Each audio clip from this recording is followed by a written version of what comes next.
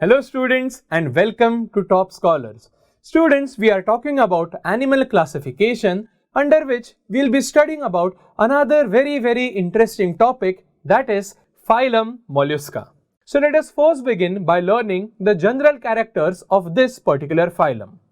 Students, molluscans are bilaterally symmetrical, meaning their body can be divided into two equal halves by a single plane passing through the center.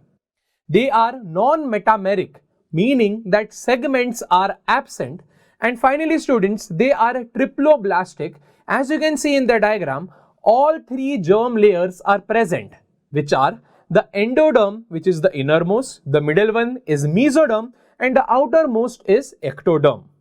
Moving on students, the body of molluscans is divided into three parts: the head, the visceral mass, and the foot.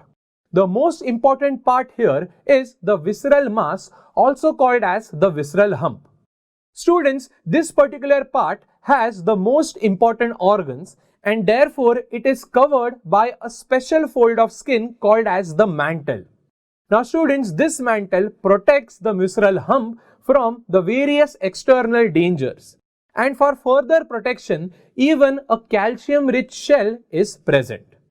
Next students, the space is present between the visceral hump and the mantle, which is called as the mantle cavity. The body of molluscans does not have jointed appendages. There is presence of a true coelom, meaning a coelom or a cavity completely enclosed by the mesoderm, but also in some molluscans like snail, a hemocoel is present, which is a special cavity containing the blood. Next students, they have a very well developed alimentary canal. Sometimes the alimentary canal is twisted due to something called as torsion. Also, most of the molluscans have a very sharp tongue-like organ known as radula. Students, radula is at times referred to as a rasping organ as it helps in grating the food items. This radula is absent in bivalves. The respiration is mainly by ctenidia or gills. Excretion is mainly amonotelic, and for excretion a special organ called as the organ of Boyanus is present. This organ is also known as Keber's organ. As mentioned before, the primary excretory substance is ammonia, making molluscans amonotelic.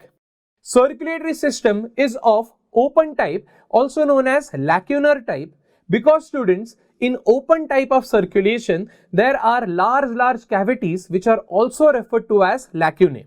There are blood vessels present, but they are very few in number. There is an exception to this students. Most of the molluscans have an open circulatory system, but one of the most developed molluscans, that is an octopus, has a closed circulatory system. Moving on students, the blood contains a special particular substance called as hemocyanin, which is a respiratory pigment containing copper.